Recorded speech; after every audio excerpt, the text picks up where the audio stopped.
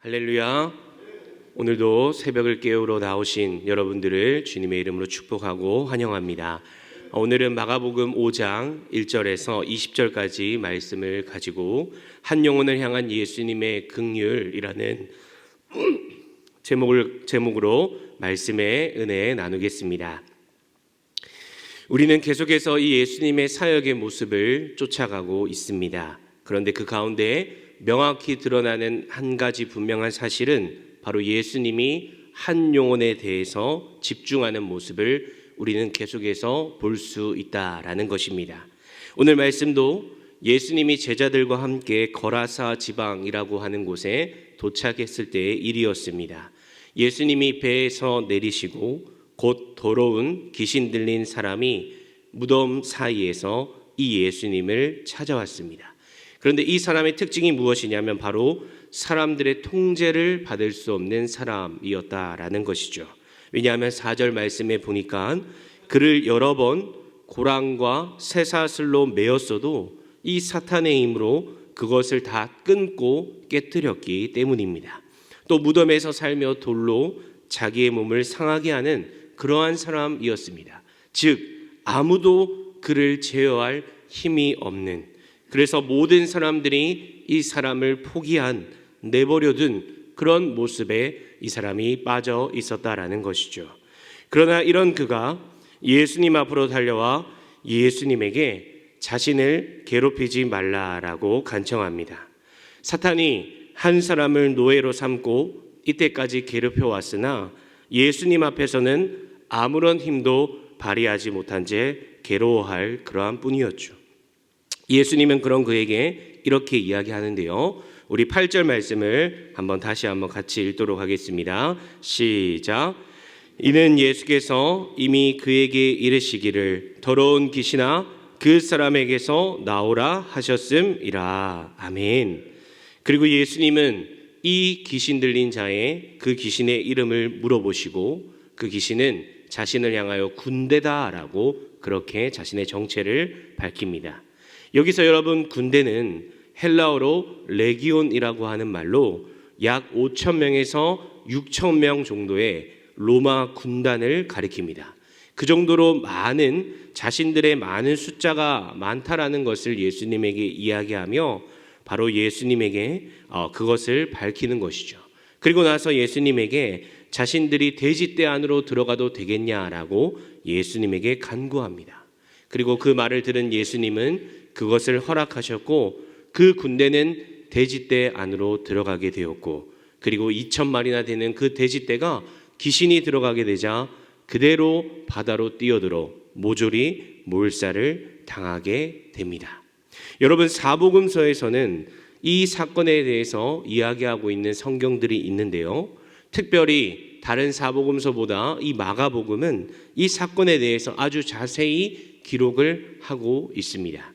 그 이유는 바로 이 땅에 오신 메시아로 오신 그 예수님이 더러운 귀신들을 쫓아내시고 사탄의 노예가 된 사람들을 해방시켜 주시는 그 모습을 더 명확하게 보여주기 위해서 자세히 기록하였다라는 사실입니다. 사랑하는 성도 여러분, 우리 모두도 다 예수님을 모르는 죄인이었습니다. 나의 유익을 위해 살아가고 죄의 노예의 삶을 살아가고 있었습니다. 그러나 예수님이 우리에게 찾아와 주셔서 우리는 예수님을 만나게 되었고 예수님을 믿게 되었고 그리고 내 죄를 용서받게 되었습니다. 더 이상 죄 가운데 빠져 죄의 노예로 살지 않게 되었고 해방되어 하나님의 자녀로 살아가게 되었다라는 것이죠.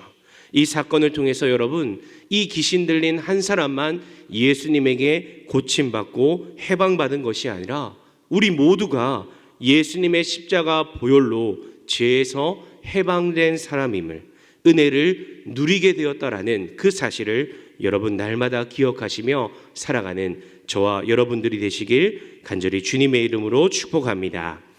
그런데 여러분, 말씀을 보시면 이 해방하는 예수님의 역사 가운데 예수님을 거부한 사람들의 모습이 등장합니다.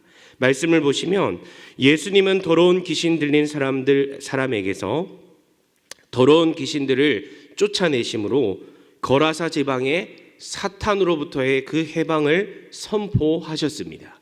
그러나 안타깝게도 그 지방 사람들은 예수께서 그 지방에서 떠나주시기를 간절히 요구했다라는 것이죠. 그 이유는 무엇입니까? 바로 2,000마리나 되는 돼지떼가 바다에 빠져 몰살하는 그 경우를 보는 바람에 경제적으로 큰 손실을 입게 되었기 때문입니다.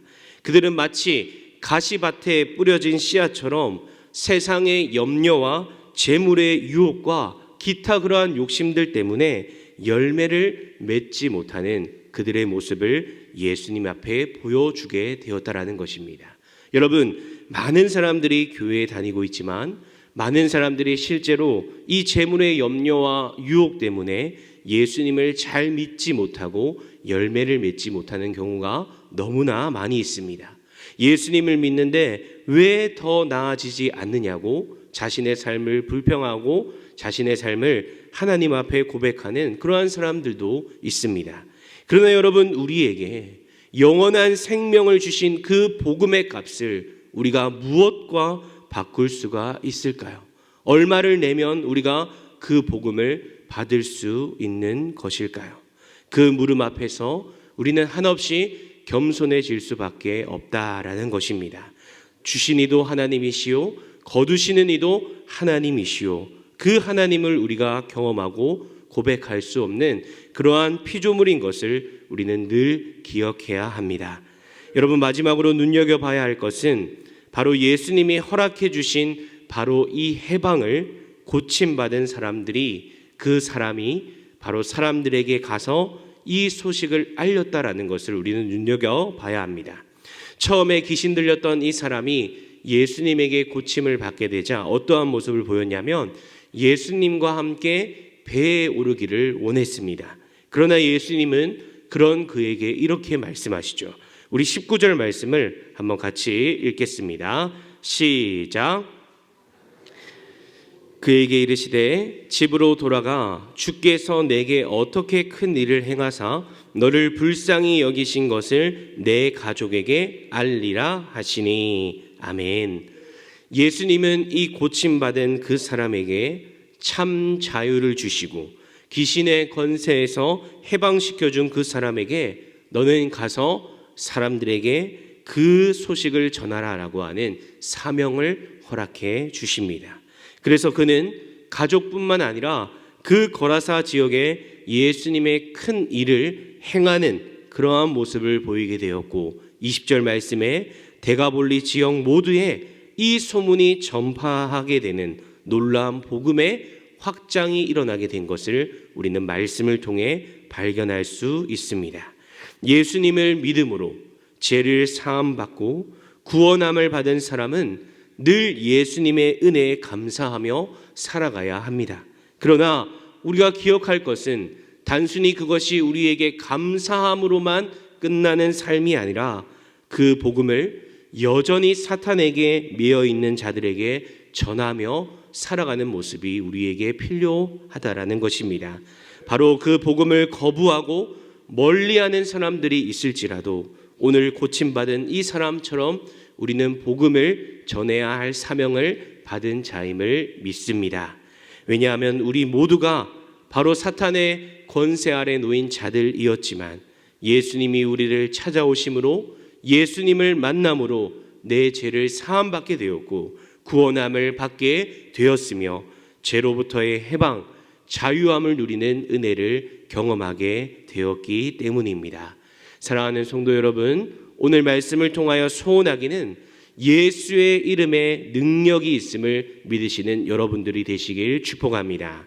두 번째로는 우리 모두 그 예수 그리스도의 은혜로 말미암아 죄에서 해방되었다라고 하는 그 놀라운 사실을 여러분 기억하시고, 마지막 세 번째로 내가 받은 이 구원함의 은혜를 나만 가지고 나만 누리며 살아가는 삶이 아니라 다른 사람에게 전하는 사명을 예수님이 나에게 주셨다라는 것을 여러분 기억하시어 매여있는, 사탄에게 매여있는 세상에 믿지 않는 그 영혼들에게 담대히 복음을 전하며 살아가시는 저와 여러분들의 삶이 되길 간절히 주님의 이름으로 축복합니다.